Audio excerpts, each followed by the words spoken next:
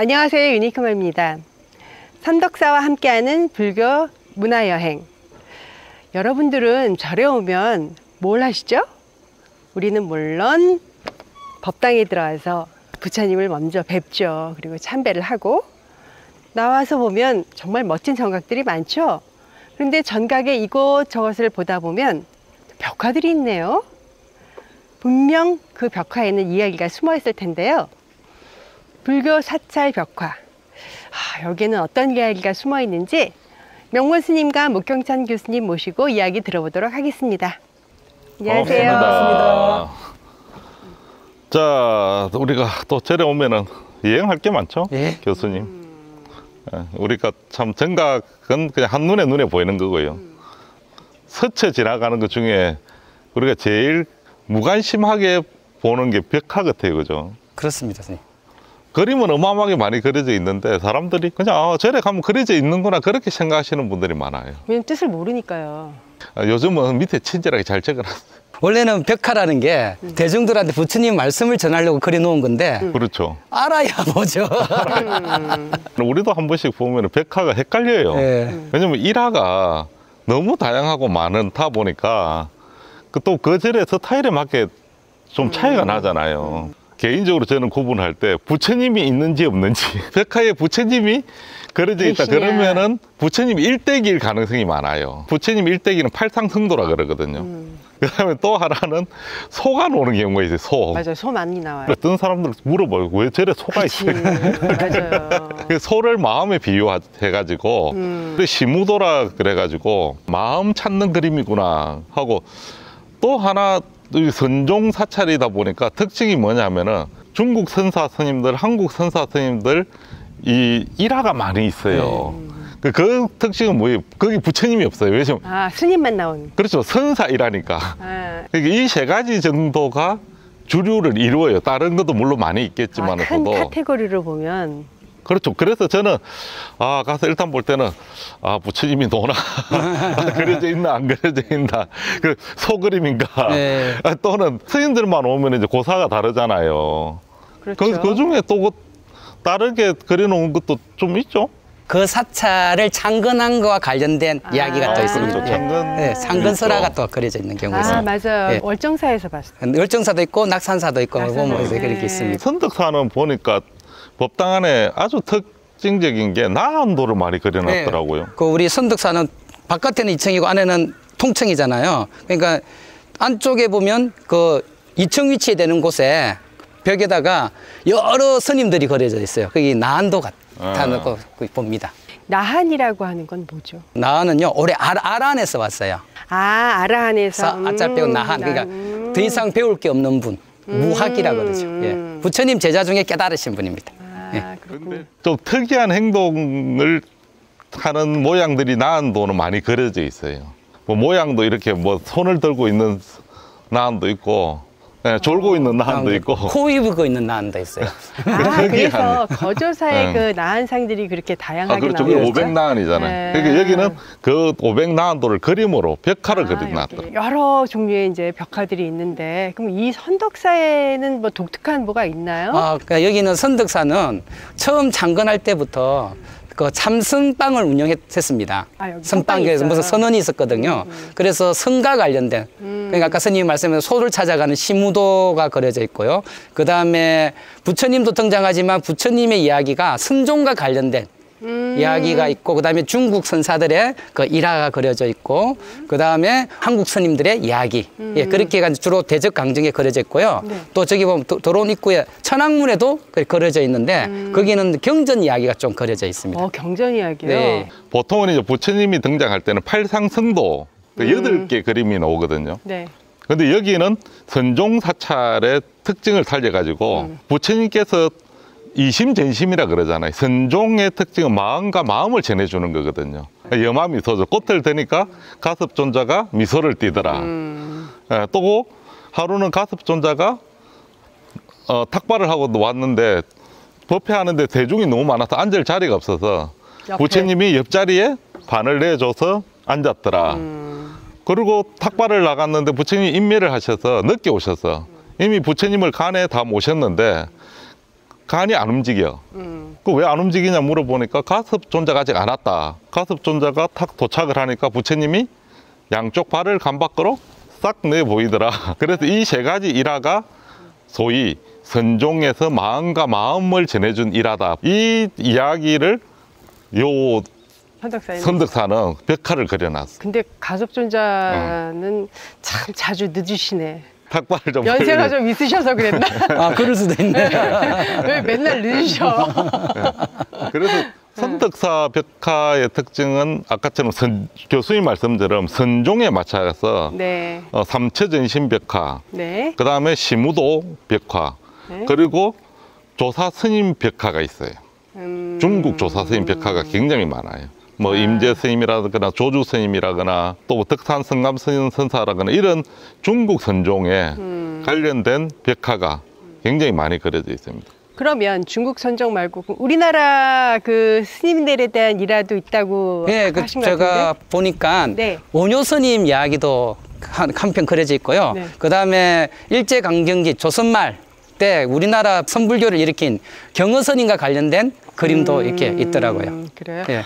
뭐 원효 스님에 대한 일화는 워낙 많이 아니까 혹시 우리가 아는 그건가요? 그건 이제 일화인가요? 사실 원효 스님 이야기는 해골 바가지로 이야기하고 그쵸, 있는데 예. 원래 기록에 하면 버전이 2개가 있습니다. 아 그래요? 예, 그러니까 의상 스님하고 원효 스님하고 이제 당나라 유학하는 건 아시잖아요, 네. 그죠?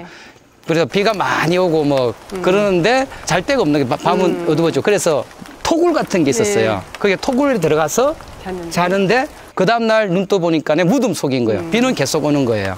그래서 다시 하룻밤 더 자야 돼. 갑자기 이제 무덤이라는 생각이 드니까 잠을 못 잔 거예요. 그래서 아, 간밤에는 그렇게 잘 잤는데 왜 이 밤에는 이렇게 잠을 못 자느냐. 토굴과 무덤이 둘이 아니네. 모든 것은 마음에서 일어나네 하면서 유레카! 굳이 중국에 갈 필요가 있겠냐 하면서 오케이. 돌아왔다고 하죠. 버전 2가 이제 해골 바가지 이야기예요. 아, 저는 그 이야기 듣고 그랬어요. 왜? 무덤 속에서 어떻게 자지? 여기 이제 선종에서 말하는 의심이거든요. 네. 뭐든지 의심이 있어야 되는데 지금 우리가 생각하는 무덤이 아닌 거예요. 그렇죠. 옛날 부점은 이걸로처럼 들어갔다 나왔다 할 수 있어요. 지금 땅을 우리가 파는 게 아니라 이렇게 이걸로처럼 우리가 해갖고. 이야기하는 무덤은 그냥 다 봉분이 덮여 있는 무덤이고 예, 부여에 가면 능사라고 새로 조성했는데 그 뒤에 맞아요. 가면 그런 무덤이 있어요. 예. 맞아요. 예. 그러니까 그런 무덤이니까 잘 수가 있는 거죠. 그래서 원효 스님 이야기 해골 바가지가 부각된 거는 원효 소설이란 책에 해골 바가지 이야기를 해갖고 그것이 이제 맞아요. 보편화되고 또 해골 불 마신 게 또 네. 드라마틱하잖아요. 그래서 그게 부각된 거예요. 그리고 제가 알고 있는 세 번째 원효 스님이 돌아온 이야기는 비자가 안 나와서 돌아왔다는. 아, 어나더! 비자가 안 나와. 아, 지금 비자가 없어가지고. 돌아왔다는 그런 뭐 이야기도 있습니다. 아, 뭐 다른 에이. 말로 하면 육두품 출신이라 신분조회에 걸렸다. 뭐. 아, 그럴 수 있겠네. 요거는 진짜 그냥 웃자고 하는 소리니까. 이 성덕사를 중창을 할 때 이제 고암 대종사 선생님께서 요 선덕사를 일으켜야 되잖아요. 네. 그래서 요 선덕사에 많은 종류의 경전을 줘요. 그러면 당신이 전해 내려오던 받은 경전 그 중에 이제 대표적인 법화경이 그러면 아까 경전 얘기도 있다고 하셨는데 그 법화경 얘기도 있어요? 예, 설마? 경전 이야기는 저쪽에 사천왕문에 좀 몇 개 있습니다. 아, 저쪽에요? 물론 저 대적강전에는 유마경과 관련된 이야기가 있어요. 유마의사 이야기가 있고 사천왕문에는 건강경과 관련된 이야기가 있고 더 중요한 하택류가 있어요. 불타는 집의 비유. 그것이 이제 법화경의 중심 내용이거든요. 불타는 집에서 애들이 정신없이 놀고 있는데 나오라고 해도 못 노는 거예요. 그래서 애들을 꼬시게 해서 야, 너희들이 좋아하는 장난감 줄게. 소가 끄는 술에, 양이 끄는 술에, 사슴이 끄는 술에 하니까 애들이 뛰쳐나와요. 그 구경하러 나오고. 예. 아, 그래서 그때 이제 화마를 PS. 피했어. 그러니까 그게 여기 있어요? 예, 저 사천왕문 그 도로 쪽에서 왼쪽 바깥벽에 그려져 있습니다. 제주 유형문화재로 지정돼 있는 경전이 법화경이거든요. 아. 그러니까 굉장히 그 법화경의 상징성이 아까 화택의 비유이기 때문에 어떻게 보면은 굉장히 중요한 거죠. 스님이 이제 그 모범연화경 여러 경전을 이제 이쪽에 선덕사에 네. 부처님 성보로서 이렇게 모시고 있는데 우연히 일치가 된 게 예, 탑 앞에 있는 보살상입니다. 여기 야광보살이거든요. 네. 법화경에 보면 야광보살 본사품이라는 게 있어요. 선덕사가 선종을 이야기하면서도 법화경의 가르침이 담겨져 있다는 거죠. 예. 보통은 네, 탑만 그렇죠. 이렇게 해가지고 세우는데 여기는 그 앞에 있는 야광 보살까지 다 해놨는데 그 보살도 법화경에 나오는 아. 그래서 진짜 제주 법화경의 본찰 여기가 그렇죠. 그렇군요. 그러면은 탑하고 야광보살님하고 이제 이렇게만 보면 되는 건가요? 거기다가 또 하나 되는 게요. 네. 그 부처님으로 나타날 때를 약사예례라 그러거든요. 네. 그래서 약사예례가 저 도론 아, 입구 저 쪽에 앞에. 그러니까 몸과 마음이 아픈 자들이 여기 선덕사에 오면 편안해지면서 아, 부처님 치유가- 세계에 함께 하게 되는 거죠. 그렇군요. 예. 사바 세계는 네. 딱 안 아파야 되잖아. 안 아파.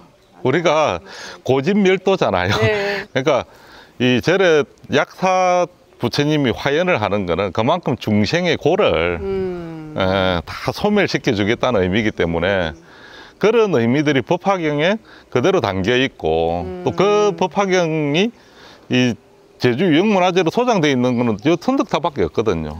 그러니까 경전의 백화라든지 경전이라든지 이런 것들이 어떻게 보면 굉장히 상징성이 있죠. 그리고 경전이 현대적으로 다시 재해석돼 가지고 다시 살아나는 거죠. 그러니까 우리 옛날에 농담 삼아 그러잖아요. 팔만 대장경 보고 와가지고 네.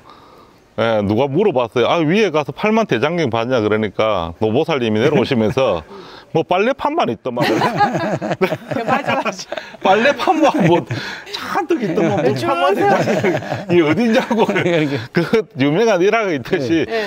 이 경전도 소장만 하고 있는 거는 어떤 때는 박물관이 죽었다고 표현하듯이 그렇죠. 그거는 소장 가치밖에 없잖아요. 그렇지만 이걸 현대적으로 재해석하면은 풀어서 이렇게. 다시 살아나잖아요. 그렇죠. 묘법연화경이라는 이름이라도 들으면 공덕이 있다 그러니까 불교를 모르는 사람한테도 이런 문화 형태의 그 행사를 진행함으로써 묘법연화경이라는 이름은 듣게 되죠. 맞아요. 그 공덕이 큰 거죠. 우리가 그 경전 이름만 외워서 기도를 하는 경우도 많아요. 특히 그게 묘법연화경은 아주 일본에서는 유행을 했는데 남녀 호랑개교라고 들어봤어요? 네, 들어봤습니다. 나무 묘법연화경인데 그걸 일본식으로 하면 나무 모랭갱교예요. 나무 나무 모랭갱교를 그걸 우리식으로 발음하니까 남녀 호랑갱교가 됩니다. 우리가 절에 오면은 이 진짜 제일 많이 스쳐 지나가는 게 벽화예요. 근데 잘 모르고 네. 그냥 가니까. 근데 참 아는 만큼 보인다고 조사 스님들이 일화를 안다거나 이런 것들이 알아지면은 특히 선덕산 오면은 중국 선종 스님들의 고사가 너무 많거든요. 그때 역시 어렵더라고요. 보면은 귀에 익은 것들도 너무 많아요. 끽다거 있잖아요. 끽다거. 끽다거 뭔지 아세요? 한 잔 드릴까요? 물 한 잔? 그렇죠. 천천히. 우리 너무 익숙하잖아요. 근데 이 끽다거가 조주 스님 고사거든요. 누가 와서 물어봐도 아니 스님 도가 뭡니까? 차나 한 잔 드시고 가게. 스님 평안하셨습니까? 차나 한 잔 드시고 가게. 그게 그 유명한 끽다거잖아요. 그러니까 우리는 알고는 있지만서도 스스로가 우리 잘 몰라 그러고는 그냥 스쳐 지나가는 근데 거죠. 볼 생각을 잘 안 하니까요. 그렇죠. 그런데 가서 보다 보면은 차를 한 잔 들고 있는 스님이 있고 원효대사는 무덤 속에 해골 바가지가 하나 그려져 있고 너무 무심결에 지나가다 보니까 잘 모르겠어요. 그런데 이제 조금 관심을 갖고 한번 보다가 보면은 참 금방처럼 아주 편안하게 내가 아는 그림도 있네. 네. 그럼 반갑잖아요. 그렇죠. 예. 그렇죠. 그렇게 되면 이제 똑같은 기아집이 아니게 되는 거죠. 아니 우리가 루브르 박물관에 이쪽에 가도 모르잖아요. 근데 거기 가서 그 유명한 모나리자 네. 그거 하나만 보고도 여기 와 다 봤다 그렇게 표현을 하듯이 우리가 절에 와서 모든 벽화를 이해하려면 참 어려워요. 솔직히 사는 스님들도 어렵고 그렇지만 내가 아는 그 그림을 하나를 만나게 된다면은 보물을 얻은 거죠. 모든 거를 알려고 하는 것 자체가 이상하고 또 모든 걸 모른다 하는 것도 이상한 거예요. 그러면 절에 가면 지금 말씀하신 그 두 분이 말씀하신 그게 다 있는 거죠, 대부분?